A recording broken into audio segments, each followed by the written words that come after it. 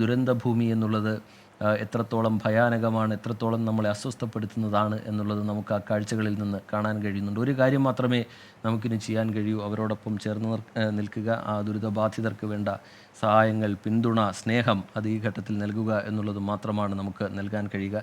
ഇന്നും ആശ്വാസവാക്കുകളുമായി ഒരുപാട് പേർ അവർക്ക് അരികിലേക്ക് എത്തിയിട്ടുണ്ട്. അവരെയും നമുക്ക് മറക്കാൻ കഴിയില്ല. മുഖ്യമന്ത്രി ഇന്ന് നേരിട്ടെത്തിയിട്ടുണ്ട്. സർക്കാർ സംവിധാനങ്ങളുടെ പ്രവർത്തനങ്ങൾ വിലയിരുത്തിയിട്ടുണ്ട്. ജനപ്രതിനിധികൾ എത്തുന്നുണ്ട്. അതുപോലെ തന്നെ അവശേഷിക്കുന്ന അവരുടെ നാട്ടുകാർ ആ പ്രദേശത്ത് നിന്ന് ഒരു രാത്രി വെളുക്കുമ്പോഴേക്കും പുലരുമ്പോഴേക്കും 297 ജീവനുകളാണ് നഷ്ടമായിരിക്കുന്നത്. കാണാതായിരിക്കുന്നവർ അതിലേറെയുണ്ട്. അത്രത്തോളം തന്നെ വരുന്നു കാണാതായവരുടെ കണക്കും. അങ്ങനെ ആ നാട്ടുകാരുടെ അവസ്ഥ അത് നമുക്ക് വാക്കുകൾ കൊണ്ട് വിവരിക്കാൻ കഴിയുന്നതല്ല. ഇന്ന് രാഹുൽ ഗാന്ധി, പ്രിയങ്ക ഗാന്ധിയൊക്കെ അവിടെ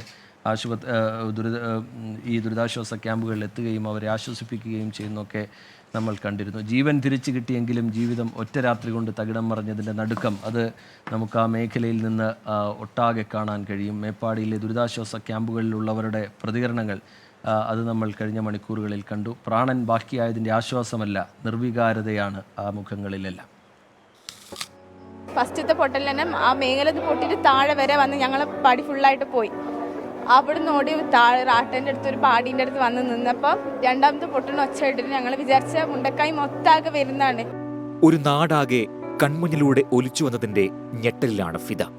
പുഞ്ചിരിമട്ടത്തെ ആദ്യത്തെ ഉരുൾപൊട്ടലിൽ തന്നെ പ്രാണൻ കയ്യിൽ പിടിച്ച് സമീപത്തെ ഉയരത്തിലുള്ള തേയിലത്തോട്ടത്തിൽ അഭയം തേടി.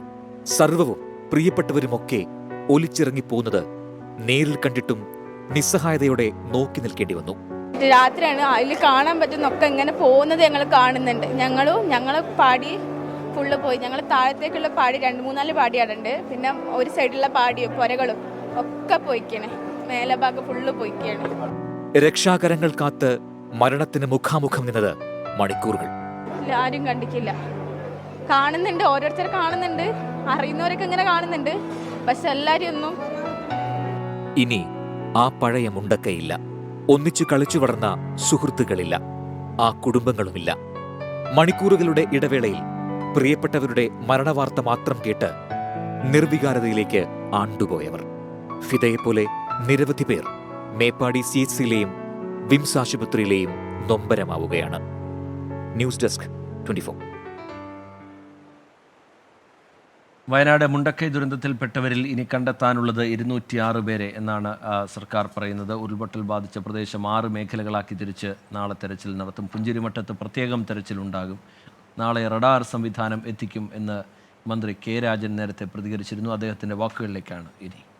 മിസ്സിംഗ് കേസ് രാവിലെ CM പറഞ്ഞു 206 നമുക്ക് ലഭ്യമായിട്ടുള്ള മിസ്സിംഗ് കേസുകൾ. നാളെ നമുക്ക് മുണ്ടക്കൈക്ക് അകത്ത് നടക്കുന്ന നമ്മുടെ റെസ്ക്യൂ ഓപ്പറേഷൻ 6 സോണുകളായിട്ട് തിരിക്കണം എന്നാണ് ഇന്ന് നിശ്ചയിച്ചിട്ടുള്ളത്.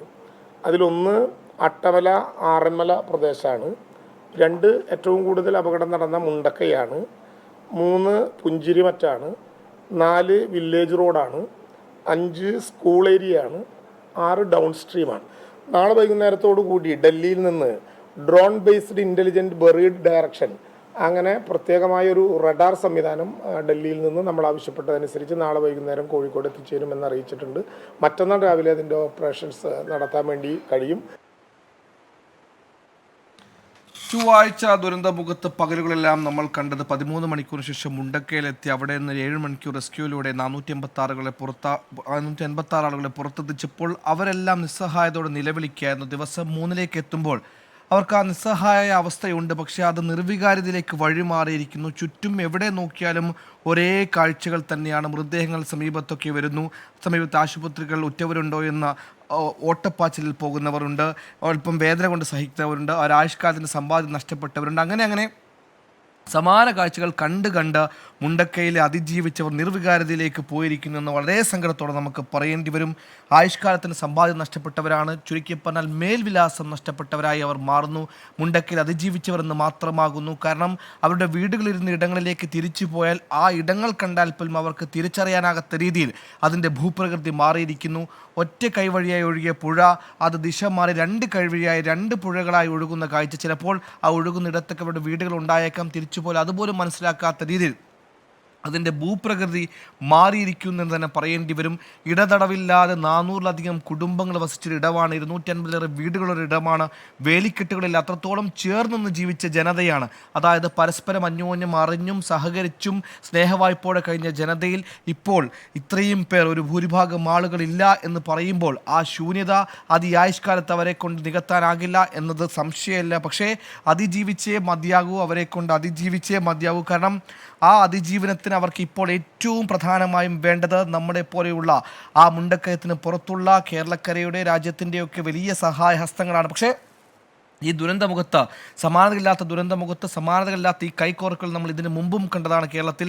അത്തരത്തിൽ അതിൻ്റെ 10 മടങ്ങ് ശക്തിയിൽ ഇരട്ടിയിൽ അത്തരത്തിലുള്ള സഹായഹസ്തങ്ങൾ ഇപ്പോൾ മുണ്ടക്കയിലേക്ക് എത്തുന്നു. പലപ്പോഴും നമ്മൾ കണ്ടതാണ് ചില സമയങ്ങളിൽ ഈ ജില്ലാ കോർഡിനേഷൻ ഓഫീസുകളിൽ അല്ലെങ്കിൽ ജില്ലാ പഞ്ചായത്തുകളിലൊക്കെ കളക്ഷൻ പോയിന്റുകളിൽ വസ്ത്രം ആവശ്യമുണ്ട് അല്ലെങ്കിൽ ഭക്ഷണം ആവശ്യമുണ്ടെന്ന് അറിയിക്കുന്ന സമയത്ത് അതിന് തൊട്ട് നിമിഷങ്ങൾക്കകം തന്നെ അവിടെ ഫില്ലാവുന്ന കാര്യങ്ങൾ നമ്മൾ കാണുന്നു. എന്നിട്ട് അവർക്ക് പറയേണ്ടി വരുന്നു, മതി, ഞങ്ങൾക്ക് ആവശ്യത്തിലധികം സാധനങ്ങൾ കിട്ടിയെന്നത് കേരളത്തിൻ്റെ മാത്രം പ്രത്യേകതയെ മറന്നു. അങ്ങനെ എല്ലാവരും അവരാലാകുന്ന വിധം സഹായിക്കുന്ന കാഴ്ചകൾ നമ്മൾ കണ്ടു. ചിലർ പണം കൊടുത്ത് CMDRFിലൂടെ പണം കൊടുത്ത് സഹായിക്കുന്നവർ കണ്ടു. തന്നാലാവുന്ന വിധം ഓരോരുത്തരും സഹായിക്കുന്നു. വലിയ എമൗണ്ടുകൾ നൽകുന്നവരുണ്ട്. അതിസാധാരണക്കാരായ ദിവസവേതനക്കാർ പോലും ചെറിയ ചെറിയ തുകകളാണെങ്കിലും അത് കൊടുത്ത് മുണ്ടക്കൈയെ തിരിച്ചെത്തിക്കാൻ പെടാപ്പാടുപെടുന്ന മനുഷ്യരെ നമ്മൾ കണ്ടു. ഈ മുണ്ടക്കൈ എന്ന പ്രദേശത്തെ ഒരു ഘട്ടത്തിൽ അറിയാത്ത മറ്റു ജില്ലകളിലെ മനുഷ്യരുണ്ട്. അവർക്ക് ഈ മുണ്ടക്കയത്തെ പരിചയമില്ല. പക്ഷേ ഇന്ന് അവരുടെ ഏറ്റവും പ്രിയപ്പെട്ടവരുടെ ഇടമായി മുണ്ടക്കൈ മാറുന്നു. ആ പ്രിയപ്പെട്ടവർക്ക് എന്ത് ചെയ്യാനാകും അതൊക്കെ ചെയ്തുകൊണ്ട്, സാധ്യമായതെല്ലാം ചെയ്തുകൊണ്ട് അവരെ അതിജീവിപ്പിക്കുക എന്നുള്ളത് തന്നെയാണ് നമ്മുടെ ഓരോരുത്തരെയും ഉത്തരവാദിത്വം. പക്ഷേ അവർക്ക് നഷ്ടപ്പെട്ടതിന് പകരമാകില്ല എന്ന് നമുക്ക് ഉറപ്പാണ്. പക്ഷേ എങ്ങനെയെങ്കിലും അവരെ അതിജീവിപ്പിക്കണം, അതിന് കരുത്തു പകരണം, അതിന് നമ്മൾ വേണം, നമ്മൾ കൂടെയുണ്ടെന്ന് എപ്പോഴും പറഞ്ഞ് അവരെ മുന്നോട്ട് കൊണ്ടുവരും.